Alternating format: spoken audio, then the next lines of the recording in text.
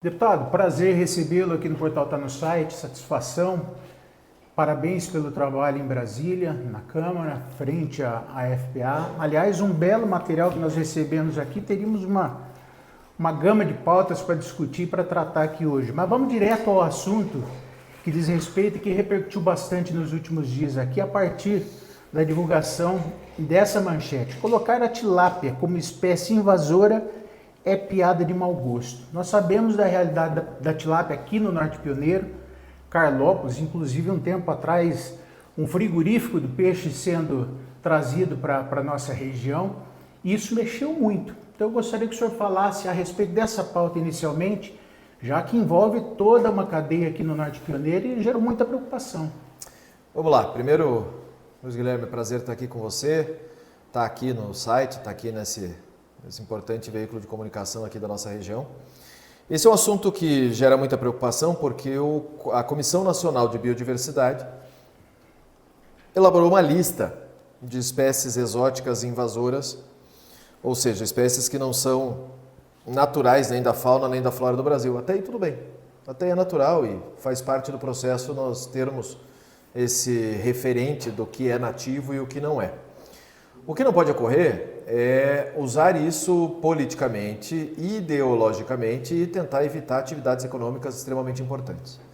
Eu já vou entrar no assunto da tilápia, que é o que gerou mais polêmica, porque nós temos uma grande produção aqui no estado, mas existem diversas outras culturas espécies que estão nessa lista e que são amplamente utilizadas, industrializadas e são fonte de renda para muitas famílias.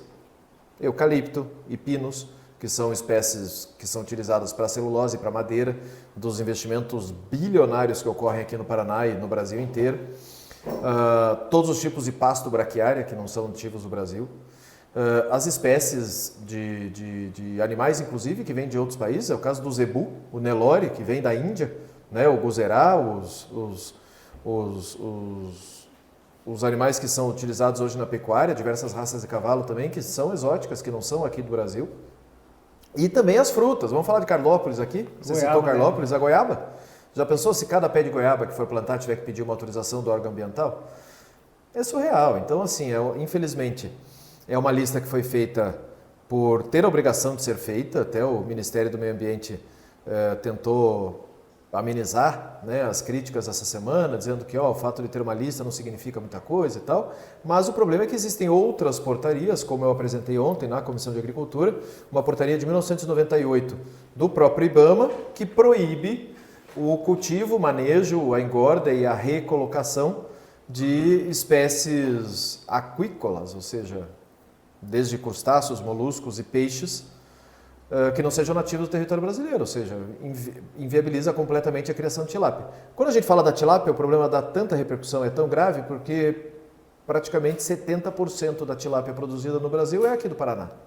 Né? Vamos dar o destaque para as cooperativas da região oeste do estado, principalmente da cidade de Toledo, que produzem com um número absurdo e exportam para o mundo inteiro isso.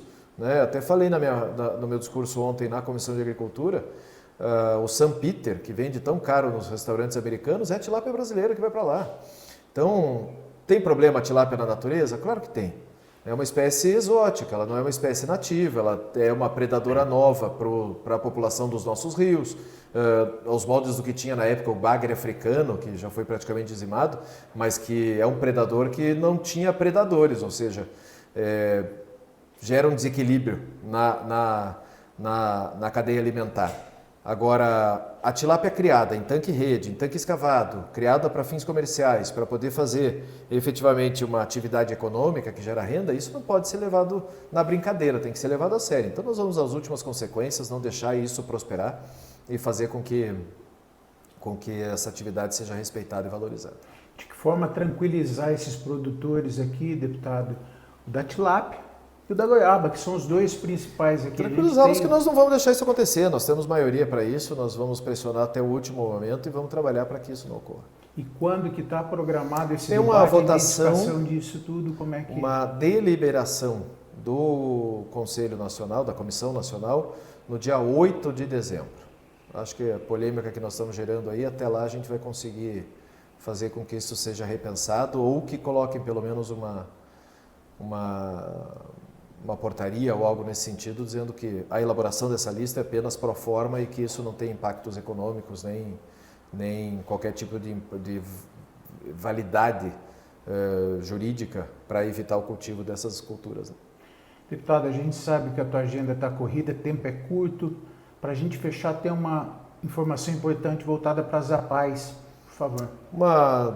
Conselho Nacional de Educação e uma portaria que saiu do Ministério da Educação, indicando, recomendando e até, em certo ponto, exigindo a matrícula de alunos que precisam de uma atenção especial, que hoje são atendidos pelas APAES, nas redes públicas de ensino, ou seja, a inclusão forçada, vamos dizer assim. Algo que o PT já tentou no primeiro governo Lula, tentou no governo Dilma, a Gleisi Hoffmann tem uma predileção por esse assunto, tem tentado fazer isso já por algum tempo, e no momento que as APAES estão enfrentando uma dificuldade tão grande, principalmente por causa daquela ação direta de inconstitucionalidade que está correndo lá no Supremo Tribunal Federal, que questiona a legalidade dos repasses financeiros do Estado para as APAES, vem agora essa resolução, né, esse encaminhamento que exige a saída desses alunos das APAES e a inclusão forçada deles na rede comum do ensino. Porque a gente sabe que não tem estrutura para isso, que não tem o tutor, não tem o terapeuta ocupacional, não tem o fonoaudiólogo, não tem o fisioterapeuta, ou seja,